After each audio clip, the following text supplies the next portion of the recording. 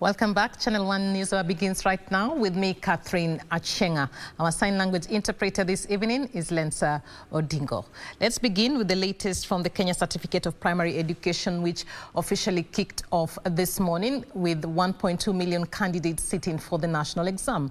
A total of 479 examination papers containers across the country were opened at 6 a.m. ahead of the distribution exercise across the country.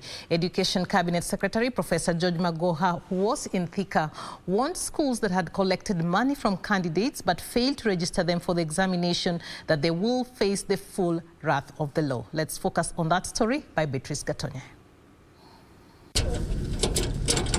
The distribution and opening of examination materials began early Monday morning with senior Ministry of Education officials supervising the exercise in different counties across the country.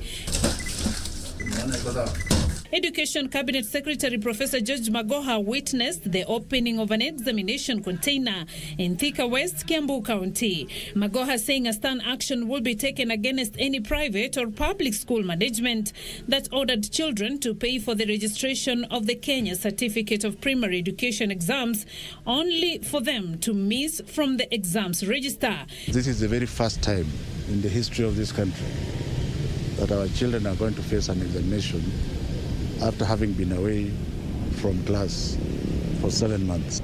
I think they have recovered very, very swiftly, and that this will not have a very permanent scar or impact in the way they are going to perform the exams. Magoha said that while all the unregistered candidates will not be penalized or denied the opportunity to sit for the national papers, school managements found culpable of occasioning their deregistration will face the full force of the law. Those people who took money from the children, and we find that the children were not registered, we have decided as a government that the children must take the exam.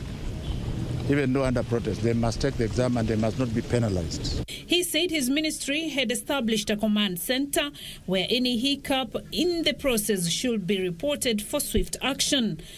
That the examination is being secured, the integrity of the examination process shall remain unquestionable. Each center manager has 2 policemen whose job is to ensure that that examination is kept with the utmost integrity. Back at the capital city, candidates at Parklands Primary School were frisked before they were allowed into examination rooms. They were properly wearing their masks and social distance in the exam rooms was witnessed. At Mountain View School, Kasarani, Nairobi, the examination commenced with strict adherence to COVID-19 containment protocols. According to administrators, the school has adopted offering psychosocial support to candidates as they sit for the national examinations. Beatrice Gatonye, Channel 1 News.